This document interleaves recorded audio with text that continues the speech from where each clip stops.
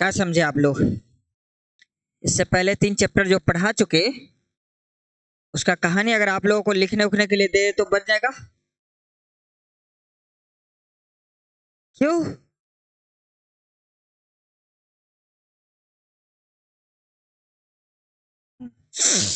ये जो हम पेज दिए है ना, इसमें सारे समरी दिया हुआ है, समझ गए? दोनों का प्रोज का अलग से। इधर लाओ तो पेज थोड़ा सा दिखा देते हैं बच्चा सबको। बोला 100 रुपया क्या, ऐसा हम 50 वो रखे हुए हैं तो फिर।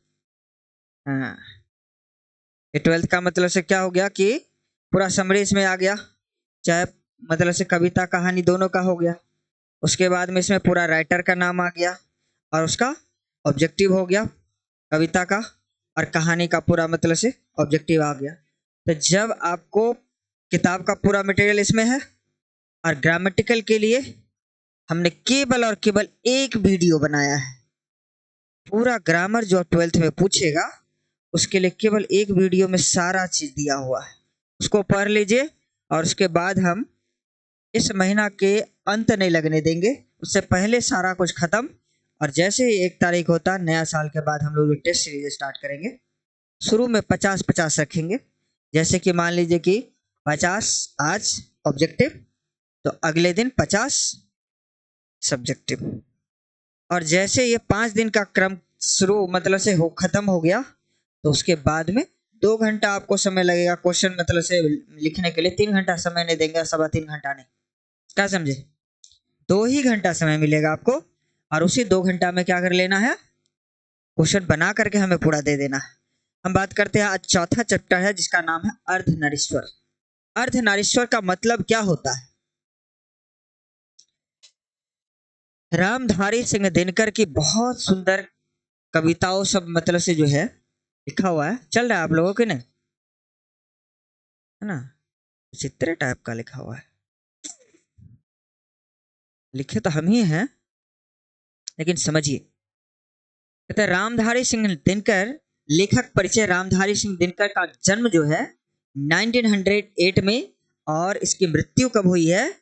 1974 में। जीवन परिचय है कि राष्ट्रकवि रामधारी सिंह दिनकर का जन्म 23 सितंबर 1908 ईस्वी के दिन बिहार राज्य के बेगूसराय जिले के सिमरिया नामक स्थान पर हुआ। इनकी माता का नाम मनरूप देवी और पिता का नाम रवि सिंह था। इनकी पत्नी श्यामवती देवी थी। इनकी प्रारंभिक शिक्षा गांव और उनके आसपास के इलाके में हुई थी। इन्होंने सन 1928 में 1928 में मोकामा घाट के रेलवे हाई स्कूल में मैट्रिक पास किया, और 1932 में क्या, इसके बाद में 12th वगैरह सब पास करके बिहार बोर्ड 12th ये सब जो दिया है ना, इसका दिया हुआ है। यहाँ से सारांश, अर्धनारीश्वर भाषा की बात। अर्धनारीश्वर भाषा की बात। नहीं नहीं नहीं,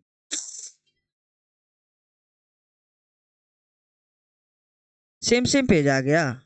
ओहो हो, वही तो कह रहे। पटना कॉलेज से इतिहास विषय में बीए ऑनर्स किया, और 1925 में इसकी पहली कविता छात्र सहोदय प्रकाशित हुई। इसके अतिरिक्त भी इनकी कई रचनाएं छात्र जीवन के दौरान ही प्रकाशित हो गई। कहने का मतलब ये लिखते थे ना। इनकी एक कविता है, क्या बोलते हैं कि जिसका नाम है, क्या बोलते हैं उसको, रामधारी सिंह दिनकर का, भूल रहे हैं हम उसको। इसके अतिरिक्त यानी कि 21 वर्ष की अवस्था में ही इसकी पहली कविता क्या है, पुस्तक प्रणभंग प्रकाशित हुई। अध्ययन प्राप्त करने के बाद इन्होंने HE स्कूल, है ना, बरबीघा में प्रधानाध्यापक का पद ग्रहण किया, और इसके बाद वे सब रजिस्ट्रार नियुक्त किए गए। फिर जनसंपर्क विभाग एवं बिहार विश्वविद्यालय में हिंदी के प्रोफेसर बन गए, और बाद में वे भागलपुर विश्वविद्यालय में उपकुलपति के पद पर भी आसीन रहे।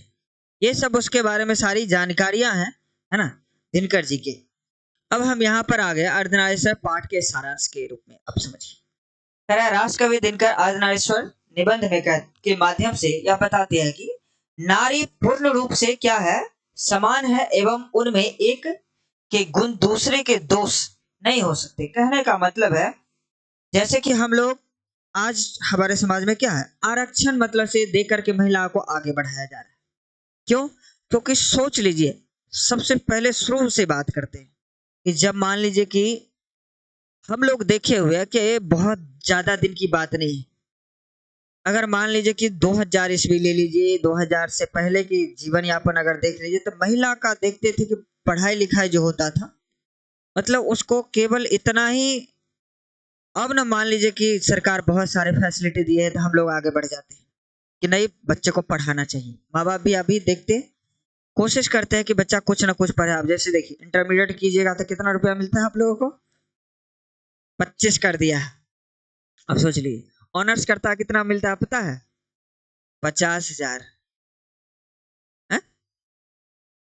75। आप देखिए पीजी करता है तो नहीं नहीं पैसे मिलते हैं, पीजी का भी 1 लाख रुपया मिलता है समथिंग। अब सोचो, और ये सब पैसा जो है आपके अकाउंट में चले जाते हैं, उसमें से आप चाहो तो किसी को चौनी दो, नहीं तो नहीं दो। सोचो, लेकिन सो बात नहीं है, ठग लेता है गार्जियन सब। देखिए, तो कहने का मतलब है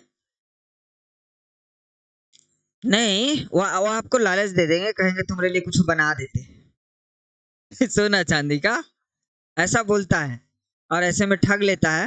5,000 का 3,000 का बना देगा और आपको 5 से 6,000 रख लेता है।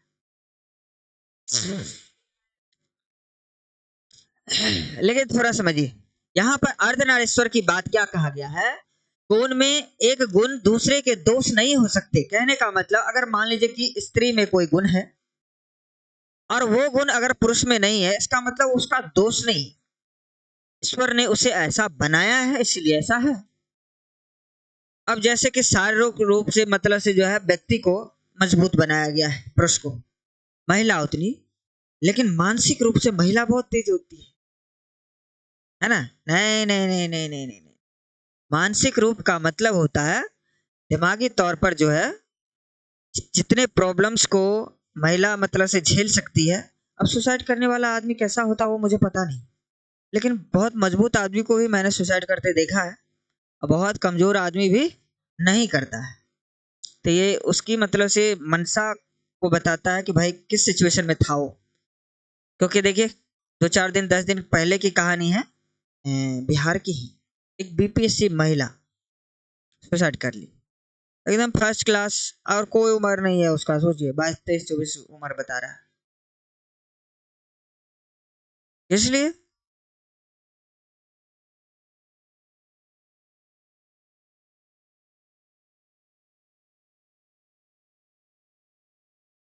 खुद का फैमिली ही। और देखिए उसका फादर मतलब से जो है आया था, हम उसके आंख को देख करके हमें पता चल रहा था कि क्रोकोडाइल वाला आंसू है। क्रोकोडाइल मतलब जानती है ना वो, है ना, मगरमच्छ आंसू वाला मतलब होता है ना, उस तरह का जो दर्द होता है वो नहीं था उसके फादर के आंख में, हम देखे थे बाप।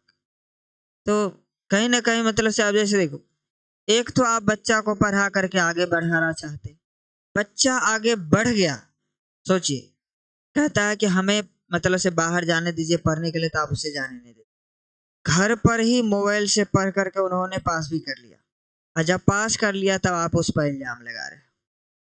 ठीक है, मतलब ये माँ बाप मतलब से पता नहीं क्या चाहते।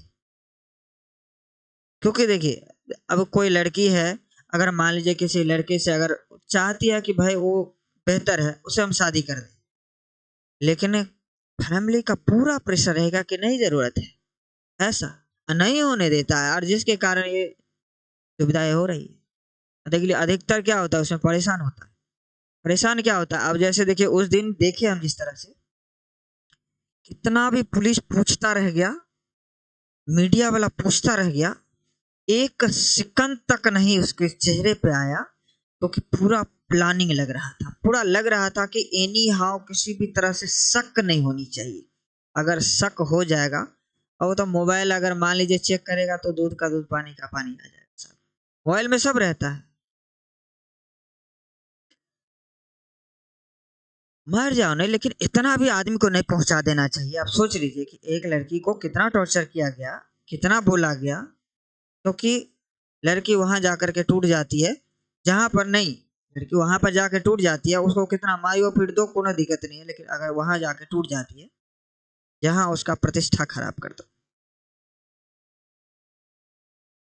लड़की एक ही चीज के लिए देखते हैं, मतलब से ज्यादा अगर कैरेक्टर की बात होती है तो यहाँ पर क्या कहता है कि बल्कि उनकी गुण आए, मतलब से अर्थात नरों में नारियों के गुण आए। अब कहने का मतलब है कि अक्सर देखा जाता है कि जैसे कि महिला कहते रहते कि हम खाना हम ही बनाएंगे, क्या वो नहीं बना सकता। अब देखिए हाथ बटाता है लगभग, नहीं बटाएगा तो रहेगा, मतलब से किसी दिन दो गो रोटी कम में खाना पड़ेगा, कहेगा नहीं बनाएंगे तो क्या, मतलब से इस तरह का। लेकिन महिला भी बहुत बदमाश होती है। हमारे गांव में देखे एगो महिला टीचर थी, वो क्या की, जब तक उसका जॉब रहा, फर्जी था वो, है ना, जब तक जॉब रहा, माय गॉड, तो वीडियो चला जाएगा तो क्या बोलेगी, तो कहेगा कि मतलब से सारा काम अपना पति से करवाती थी, मतलब से जितना भी होता, गोबर उठाने का काम वही करता था, उसका पति वो नहीं करती थी। लेकिन अब देख लीजिए, अब जॉब छूट गया है, मतलब से फर्जी वाला था, जॉब छूट गया है, अब सब कुछ करती है। अब पहले रुआ बाबा रे बाबा। कहते गुण आए तो उसमें उनकी मर्यादा हीन नहीं होती, बल्कि उनकी पूर्णता में वृद्धि होती है। कहने का मतलब है कि अगर मान लीजिए कि किसी पुरुष में नारियों के गुण आए, अब सोच लीजिए कि कोई ऐसा रेसिपी, कोई ऐसा भोजन का आइटम नहीं होगा जो मैं नहीं बना सकता, मतलब मैं सारे कुछ बना, सारे के सारे।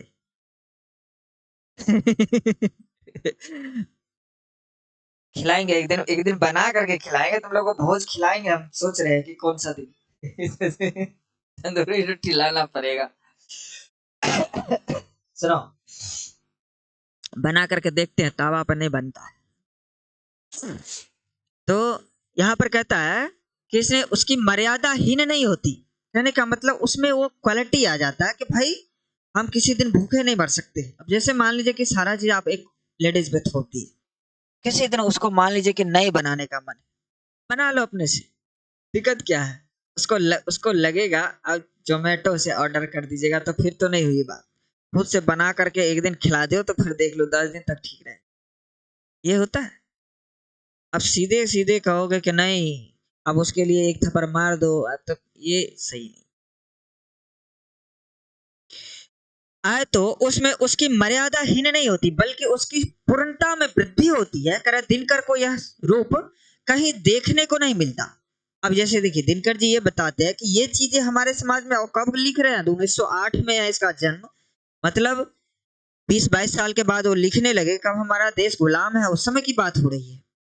मतलब ये कहते हैं कि ये चीजें हमारे समाज में देखने को नहीं मिलती, दिनकर को यह रूप नहीं देखने को नहीं मिलता, इसलिए वे क्षुब्ध है।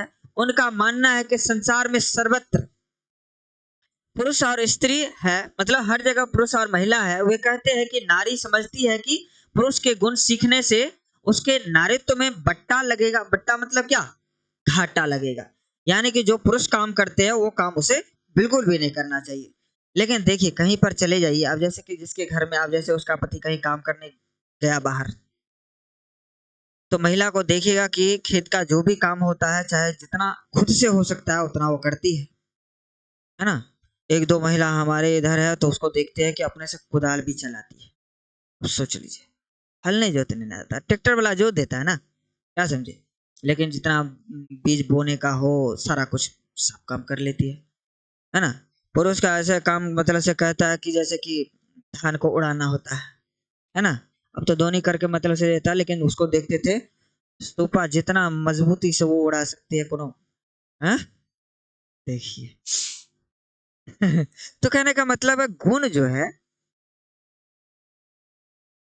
तो कहता है कि बट्टा ने मतलब से लगेगा, इसी प्रकार पुरुष समझता है कि स्त्रियों के गुण अपनाकर वह क्या है, स्त्रीण हो जाएगा। यानी कि स्त्रियों के गुण अपना करके वह मतलब जैसे गांव में घर में देख लीजिए, थोड़ा सा भी अगर मान लीजिए कोई स्त्री वाला आप करने लगते हैं तो 4 आदमी आपको बोलेगा, बोल ही देगा।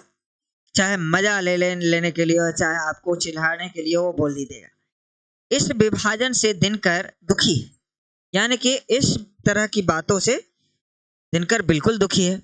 लेकिन कोई कोई फैमिली में आप देखिएगा किसी प्रकार का कोई भेदभाव नहीं, महिला है पुरुष है, जो प्रेजेंट है वहां वो उस काम को कर लेता है। वहां पर आपको ये चीज दिखाई नहीं देगा कि कौन कौन काम क्या कर रहा है। और ऐसे में अच्छा फैमिली चलता है। और वो रहेगा कि नहीं फलने आएगा तभी ये काम होगा, तो जल्दी डिवाइड हो जाता है। और डिवाइड होने के बाद में देख लीजिए सब आदमी अपने में अपने लगा रहे हैं। तो कहने का मतलब करे यही नहीं, भारतीय समाज को जानने वाले 3 बड़े चिंतकों रविन्द्रनाथ, प्रेमचंद्र प्रसाद मतलब से प्रसाद के चिंतन से भी दुखी है। दिनकर मानते हैं कि यदि ईश्वर ने आपस में धूप और चांदनी का बंटवारा नहीं किया तो हम कौन होते हैं आपसी गुणों को बांटने वाले। कहने का मतलब है कि ईश्वर ने मान लीजिए जो चीज नेचुरली बनाया है हमारे लिए, उन्होंने किसी के लिए मतलब से जो है इसमें डिवीजन नहीं किया कि ये पुरुष के लिए ये महिला के लिए। तो हम कौन होते हैं उसको बांटने वाले। वे नारी के पराधीनता का संक्षिप्त इतिहास बताने के संदर्भ में कहते हैं कि पुरुष वर्चस्ववादी तरीके अपनाकर नारी को गुलाम बना लिया है। कहने का मतलब वर्चस्ववादी का मतलब क्या, हमारा समाज कैसा है, वर्चस्व अपना जमा करके सब दिन से रखा है। यानी कि हम लोगों का समाज कैसा है, प्रतिसत्तात्मक परिवार कहते हैं। प्रतिसत्तात्मक का मतलब होता है जहां पुरुष का शासन हो। अधिकतर किसी किसी घर में महिला का शासन चलता रहता है ना। जहां चलता है वहां का तो पुरुष का जा करके हाल देखिएगा, बेचारा गोबर भी उठाने लायक नहीं रहता है। तो कहता है, बताते हैं कि संदर्भ में कहते हैं पुरुष वर्चस्ववादी तरीके से अपना कर क्या करता है, नारी को गुलाम बना लिया है। जब कृषि व्यवस्था का आविष्कार किया जिसके चलते नारी घर में और पुरुष बाहर, अब जैसे कृषि कार्य जब होने लगा तो मतलब से नारी का काम हो गया कि घर का जो भी काम है वो महिला करेगी और बाहर का जो भी काम है वो पुरुष करेगा। यहां से जिंदगी टुकड़ों में बट गई। नारी पराधीन होकर अपने समस्त मूल्य भूल गई। यानी कि एक नारी का क्या कर्तव्य होता है, यानी कि सारे मतलब से वो, अब सोच लीजिए कि आपको बता दिया जाए कि घर का जो भी काम है वो आपके जिम्मे है, तो सारा काम आप पर छोड़ करके और बाहर का मान लीजिए कि जैसे कि खेत का काम रहेगा तो गाँव घर में ये सब देखा जाता है, ऐसा होता है। मार्केट में क्या है, अब जैसे देखिए बाहर में ही देखिएगा, यहाँ पर महिला सबको देखते रहते हैं, उसका कोई काम नहीं है, खाना बना करके खा लिया है, खाना बना करके खा लिया और उसके बाद बता रहे हैं वो इतना मतलब से जो है ना, और पति गया दुकान पर कहीं पर खट रहा है, पूरा दिन कमा करके आएगा वो, और मतलब से महिला, तो हम एक दिन बोलियो दिए थे, हम बोल देते हैं मतलब से, तो हम ऐसे बोलते हैं कि उसको बुरा नहीं लगना चाहिए, और उसी को बोलते हैं जो जिससे बातचीत होती रहती है ना। तो उसको बोले हम, इसलिए आप लोग जो है काम धाम करने के लिए नहीं जाते हैं, तो बताइए आदमी कितना आगे बढ़ता है। आप लोग मतलब से यहाँ पर बैठ करके अजूठों का दूसरे का उखा ही करते हैं। तो सर हम लोग कहाँ जाएंगे कमाने के लिए, हम लोग तो गया है, हमारे लोगों के मतलब से जो है ना देवता लोग गया है कमाने के लिए। अपने अस्तित्व की अधिकारिणी भी नहीं रही। अपना अस्तित्व का मतलब जो उसका अपना है। अब मान लीजिए कि आपको एजुकेशन चाहिए, आप अपने जीवन में कुछ करना चाहते हैं, आप उसके भी अधिकारी नहीं रहते। आपको हैंडल करता है कौन, सबसे पहले तो मान लीजिए जन्म लेते हैं पिता के छत्र छाया में, फिर बड़े होते हैं तो अब कहीं भी जाना है आपको, तब भाई साहब जो होगा आपका बॉडीगार्ड वो ले जाएगा किधरों, है ना, स्वयं नहीं जा सकते आप। उसके बाद जैसे बड़े होते, शादी होते, तो फिर उसके बाद पति। तो कहने का मतलब हर जगह तो मतलब से सहारा के साथ चलते रहते, खुद कब व्यक्ति मतलब बेहतर हो पाएगा।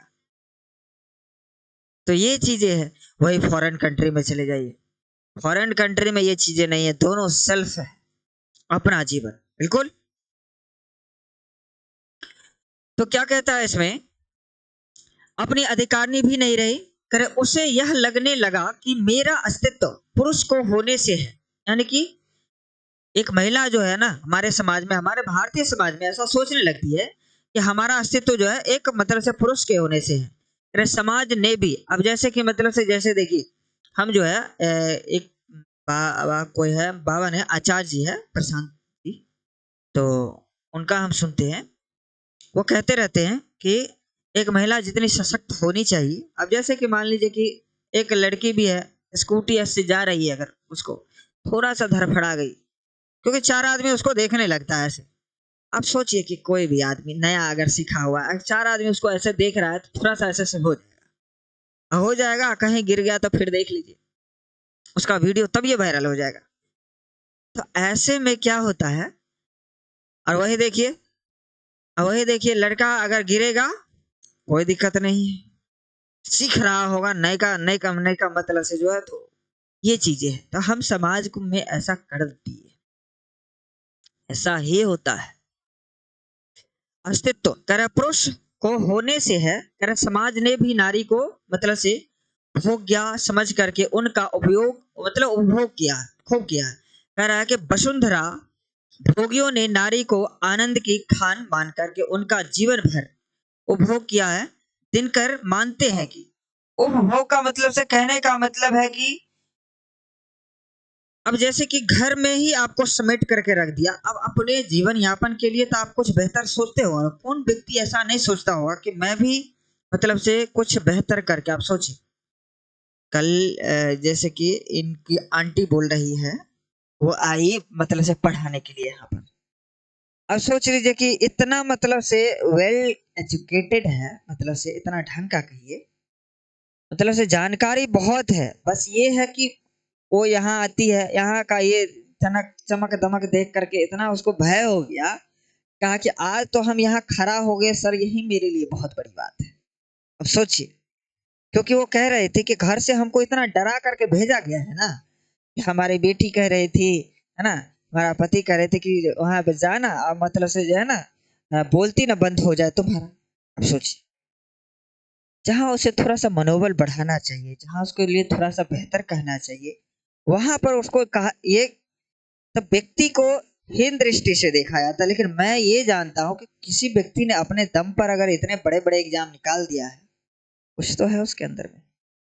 तो हम यहाँ पर एक चीज समझते हैं कि अगर हम बहुत ज्यादा कोई भी टॉपिक पर ढंग से बोल पाते हैं, क्यों बोल पाते हैं, क्योंकि इतना चोट खा चुके ना, शुरू शुरू में बता रहे स्टूडेंट सब, इतना बेइज्जती कर देता था मेरा, अब कम हो गया है। अब कोई हंसता भी है ना, फिर भी हमको फर्क नहीं पड़ता। सोचते हैं कि मतलब से जो है ना, कोई नहीं, तुम्हारा दिन नहीं आया है। अगर तुमको लगेगा कि मतलब है, नहीं नहीं ये शराब हुआ, हम क्या बोल रहे हैं, नहीं शराब नहीं है, हम क्या समझा रहे हैं, या अगर तुम इस स्थान पे आके खड़ा हो जाओ और टॉपिक पर बोलो, फिर तुम अगर मान लो कि अपने आप को सहज अगर पाती हो, तो समझो कि ठीक है, ठीक ठाक सब चल रहा है। असहज हो जाना, तब समझो कि भय है, ये असहजता कब दूर होगी। तो यहाँ पर कहता है, तो हमने उसमें क्या देखा, एक भय देखा, हम उसको कंफर्ट वे में लाने के लिए क्या कोशिश कर रहे हैं, हम उसको सारा चीज बता रहे हैं, हम लोग को कोई हड़बड़ाहट नहीं है। अब 2 दिन 4 दिन 5 दिन आइए, ऐसे ही 2-4 मिनट वीडियो बनाइए, हम अपलोड भी नहीं कर रहे हैं। 5 दिन 4 दिन के बाद में अपने आप आपको लगेगा कि नहीं अब हम तैयार हैं, फिर आप जैसे कहिएगा हम स्टार्ट करेंगे उसको। अभी हम रिकॉर्ड कर रहे हैं, हम दिखा दे रहे हैं कि कल ही रिकॉर्ड किए थे, नहीं मतलब से जो है उतना ढंग से नहीं बोल पाती। लेकिन वो यहाँ आई है, कहे कि कम से कम हम यहाँ आ गए हैं ना, 1-2 दिन 4 दिन हम बस 2-4 मिनट मतलब से इसको लिखेंगे, एक्सप्लेन करना चाहेंगे। कि जानकारी क्या होता है ना, वो कह रहे थे कि जानकारी इतना सारा कुछ है, लेकिन हम शुरू कहाँ से करें यही हमें नहीं पता है। सही बात है। तो हमने उसको कहा कि शुरू कैसे करना, हम आपको बता रहे, शुरू ऐसे करना है कि जैसे मान लीजिए कि आप कोई टॉपिक लिए, अब जैसे भारत का नक्शा, उसमें क्या है, क्या नदी के बारे में बताए, उसमें पहाड़ नहीं आना चाहिए। अब मान लीजिए पहाड़ के बारे में बता रहे हैं तो नदी नहीं आना चाहिए। अगर मान लीजिए कि चारों ओर का मतलब से कहाँ का कौन सा मरुस्थल वगैरह क्या सब है उसके बारे में बता रहे हैं, तो एक दूसरे से मैच नहीं करना चाहिए। एक चीज को अलग अलग करके बता दीजिए, हो गया खत्म। एक एक टॉपिक ले लीजिए, क्योंकि सरों को देखते हैं वैसे ही पढ़ाते रहते हैं। एक एक टॉपिक लिया, आज इस चीज के बारे में, आज इस चीज के बारे में, आज इस चीज, एक एक चीज को अलग अलग करके बच्चे को बता दीजिए, हो गया। तो ये चीज उसमें नहीं है कि ह्यूज ऑफ नॉलेज होता है ना, पढ़ने के लिए हम ढेर सारा पढ़ लिए, लेकिन शुरू कहाँ से करें किसी को बताने के लिए। अब जैसे ये नक्शा है, नहीं कह देंगे कि ये भारत का नक्शा है और इसके चारों ओर क्या सब है, सारा कुछ बता करके इस तरह मतलब अगर थोड़ा सा मदद की जरूरत है तो इधर देख लीजिए, नक्शा लगा हुआ है, सारा कुछ हमने इतना व्यवस्था करके रख दिया है कि हर चीज का मटेरियल आपको मिल जाएगा। तो इस तरह से यहाँ पर कहता है कि कोई व्यक्ति सहज नहीं हो पाता है क्योंकि उसको कंफर्ट ले में या उसको पहले कोई डरा दिया है। अगर कोई पहले मान लीजिए कि यहाँ आने से पहले अब कोई 10-10 साल का एक्सपीरियंस वाला आदमी भी यहाँ आता है ना, सरो आए थे 2-4 दिन तो बोले थे कि सर हमको जो है ना थोड़ा सा ये प्रॉब्लम होता रहता है, आप समझते नहीं, अब तो सीधे हमको लैब में भेज देते हैं। वो बोला आप ठीक है आप पढ़ाइए ना, कोई दिक्कत नहीं। तो कहने का मतलब है कि कोई भी आदमी शक पका जाता है। जैसे यहाँ पर हमारे मित्र एक दो चार वो आए थे, ओहो आता है कहता हाँ हाँ लैब मत भेजिए, नहीं तो सब समझ जाएगा कि मतलब से कैसे क्या है। अब ऐसे में दिक्कत हो जाता है। अब जैसे यहाँ पर देखिए, अतः अर्धनारीश्वर केवल इसी बात का प्रतीक नहीं है कि नारी और नर जब एक अलग तब तक दोनों अधूरे हैं, बल्कि इस बात का भी है कि जिस पुरुष में नारीत्व की ज्योति जगह, बल्कि यह कि प्रत्येक नारी में भी पुरुष का स्पष्ट आभास हो। कहने का मतलब है न तो महिला अपने आप को कम समझे और ना ही पुरुष। इसीलिए सरकार ने क्या किया है कि उन दोनों का जीवन यापन बेहतर हो। और देखिए बेहतर का नतीजा बहुत समाज को गलत ओर जैसे लगता है कि ले जा रहा है। गलत ओर कैसे, हम किसी व्यक्ति को स्वतंत्र रूप से रहने देंगे तब ना। लड़का का प्रेशर नहीं रहता, लड़का को दबाव नहीं रहता, ऐसी बात नहीं है, लड़का मानता ही नहीं है। अब जैसे हम बता रहे हैं ना, अब जैसे हमारे ऊपर कुछ क्लेम आएगा, कुछ बोलेगा, तो सीधी सी बात है कर कौन क्या लेगा। लड़की ये बात नहीं बोल पाती है, क्या समझे। अब जैसे कि मान लीजिए कि हम जिस तरह से मान लीजिए कि हमारे ऊपर कोई कुछ कहेगा, तो हम तो सीधे जाकर के या तो उसको पीटेंगे बढ़िया से। लड़की क्या है, लड़की उसको अपने इमेज को तोड़ने की बात समझ लेती है। इस ये नहीं समझना है तुम जो नहीं हो नहीं हो। और कोई आदमी हमें ये बात कह करके क्या साबित करना चाहता है, वो तो वो तो ये सीधे सीधे मार खाने वाली बात कर रहा है, चाहे वो पर्सन कोई भी हो। इस बात का सपोर्ट हम कह रहे हैं कि सपोर्ट कभी भी उसका होना चाहिए क्या। अब देखिए समाज हमारा कैसा है, कोई लड़की के बारे में अगर मान लीजिए कि कोई कुछ कह रहा है, तो आदमी और उसमें हाँ में हाँ मिलाएगा, जानता हो या नहीं भी जानता हो। हाँ, उसको ये दिमाग में रहता आज, जबकि जबकि वो जान रहा है कि व्यक्ति स्थिति वस्तु देख रहा है कि बेटर स्थिति अच्छी जा रही है, उसको तोड़ने की कोशिश। हम बता रहे हैं ना कि गांव घर में देखो कि जो लुल्हा बखा होता है उसका शादी ब्याह तुरंत हो जाता है, जो अच्छा स्थिति में रहता है उसको 10 बार टूटता है, कहा है उसका उसका शादी ब्याह बहुत दिक्कत से होता है, क्योंकि उसको तोड़ने जोड़ने वाला समाज में बहुत ज्यादा ऐसे लोग होते हैं, समझे। और ऐसे में आप बहुत बेहतर आगे नहीं बढ़ सकते। हेलो, हाँ, कहाँ चले गए फिर वो।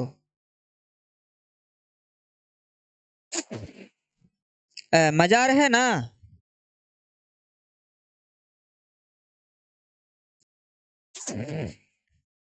हाँ, तो हम आप लोगों को बता रहे थे कि ये हमारे समाज में ये चीज दिखाई देगा। तो हम कह रहे हैं ना कि आप लोगों को इसीलिए कह रहे हैं क्योंकि आप लोग लड़ना सीखिए। नहीं लड़ना सीखिएगा तो सीधे सीधे तो समझ लीजिए ना, कोनो कोनो बता हबोक से ब्याह करवा देगा, कहेगा जाओ अपना मतलब से सोचो।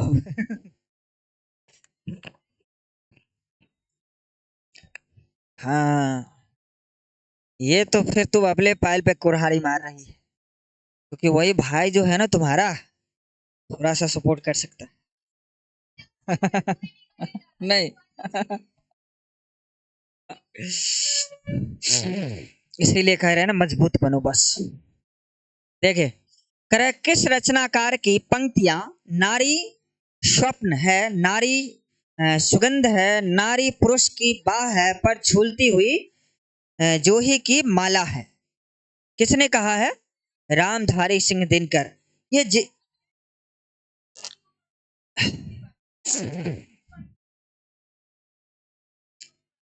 ये रामधारी सिंह दिनकर की बात हो रही है। यहाँ पर ये जो है कह रहा है कि किस रचनाकार की पंक्तियां है कि नारी स्वप्न है। ये रामधारी सिंह दिनकर जो इसको लिखा है ना, अर्धनारीश्वर, उसी का लाइन की बात है ये, कि नारी स्वप्न का मतलब क्या?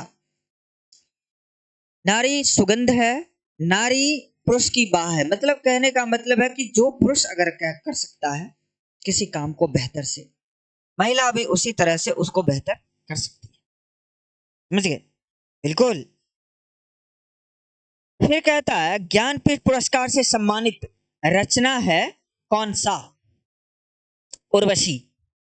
उर्वशी के बारे में मतलब से जो है कहानी है इसका। फिर अगला है युद्ध और शांति की समस्या पर लिखी गई काव्य कृति है। इसके द्वारा लिखी गई है।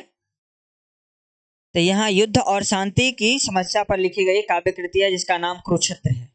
कुरुक्षेत्र मतलब से युद्ध के बारे में इसमें दिया हुआ है कि अगर मान लीजिए कि आपके जीवन में, आप सोचो, हमेशा जो आप चाहोगे कि आपके जीवन में अमन चैन रहेगा, नहीं, आप अगर बहुत बेहतर स्थिति में जा रहे हैं ना, उतना ही ज्यादा आपको लड़ना पड़ेगा। समाज से भी लड़ना पड़ेगा, अपने आप से भी लड़ना पड़ेगा, आस पड़ोस से भी लड़ना पड़ेगा। आज जिस सिस्टम से लड़ रहे कह रहे ना कि आस पड़ोस समाज अपने घर परिवार सबसे लड़ना पड़ेगा, बेहतर की ओर जा रहे तब। नहीं, आपकी स्थिति अगर नहीं अच्छी है फिर तो ध्यान ही नहीं है आप पर किसी का। ऐसा है। अगर आप बहुत स्थिति अच्छा करना चाहते हैं, इसीलिए एक ही उपाय है। क्या उपाय है? किसी को बताओ मत। मतलब अगर तुम बेहतर की ओर जा रहे हो तो किसी को भी, अगर तुमको पता है कि हम उत्तर की ओर जा रहे हैं, बता दो कि हम दक्षिण जा रहे हैं।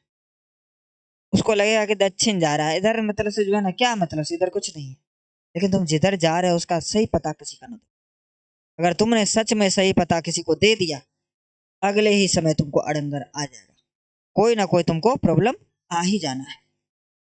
होता है। अर्धनारीश्वर का किस विधा से संबंध है? क्या हो जाएगा? निबंध। निबंध का मतलब होता है लेख, जिसको कहते हैं। अर्धनारीश्वर शीर्षक निबंध के निबंधकार का नाम बताइए। क्या हो जाएगा? रामधारी सिंह दिनकर। फिर कहता है रामधारी सिंह दिनकर का जन्म कब हुआ था? 23 सितंबर 1908। रामधारी सिंह दिनकर का निधन कब हुआ था? आ गया सी 24 अप्रैल 1974। रामधारी सिंह दिनकर का जन्म कहाँ हुआ था? D number, Simaria, Begusarai, Bihar. कह रहे दिनकर को किस गद्य पुस्तक पर साहित्य अकादमी पुरस्कार मिला है? संस्कृति के 4 अध्याय। फिर आगे कहता है दिनकर कौन सा पुरस्कार मिला था? देखो, पद्म भूषण का पुरस्कार होता है, पद्म भूषण होता है, पद्म विभूषण होता है, पद्मश्री होता है ना। तब पद्म भूषण उसको मिला है। उसको है दिनकर की कविता का कौन सा गुण नहीं था? कौन सा गुण नहीं था? क्या हो जाएगा? सीन नंबर में पौरुष। ठीक है, बी है। नहीं नहीं नहीं, स्मरणता, मस्मरिनता, मस्मरिनता। दिनकर किस युग के कवि थे? किस युग के थे? तो छायावादोत्तर युग के थे। छायावादोत्तर का मतलब क्या होता है? छायावादी कवि मतलब होता है कि किसी चीज के बारे में, है ना, एक्सप्लेन करने वाला जो होता है, जो पहले से हो। अब जैसे कि मान लीजिए कि क्या बोलते हैं, युद्ध के बारे में, कुरुक्षेत्र के बारे में बताया गया है, तो जहां युद्ध हो रहा है उसके बारे में बता रहा है। फिर कहता है कामनी तो अपने साथ डॉट डॉट डॉट की शांति लाती है। क्या हो जाएगा? सी, यामिनी। इस तरह से ये तरह जिस पुरुष में नारित्व तो नहीं है वह क्या है? अपूर्ण है। देखिए अधूरा भी यहाँ भी आया, अर्धपूर्ण भी दिया हुआ है, पूर्ण भी दिया हुआ है, लेकिन एग्जैक्ट आपको आपको याद रखना है मीनिंग। ये नहीं सब लगता है एक जैसा, है ना, लेकिन वही मीनिंग आपको याद रखना है जो है इसमें, क्योंकि वो कहानी से रिलेटेड, इसीलिए याद रखना अपूर्ण। अर्धनारीश्वर का वाक्य अर्थ है क्या? क्या हो जाएगा? अर्धनारीश्वर शंकर और पार्वती का कल्पित रूप है जिसका आधा अंग पुरुष का और आधा अंग नारी का होता है। यानी कि महादेव और पार्वती का फोटो देखे होंगे, उसमें आधा महादेव जी होते हैं, आधा पार्वती जी होते हैं, अर्धनारीश्वर। कहने का मतलब है कि वो दोनों व्यक्ति को दिखाने की बात करते हैं। फिर अगला हमारा चैप्टर है जिसका नाम क्या है? रोज। रोज कहानी। इसका देख रहे हैं, इसका ऑब्जेक्टिव तो बन गया है पर सब्जेक्टिव जो है अभी लिखाना बाकी है। कल सब लिखा ही रहा था तो हम चले गए।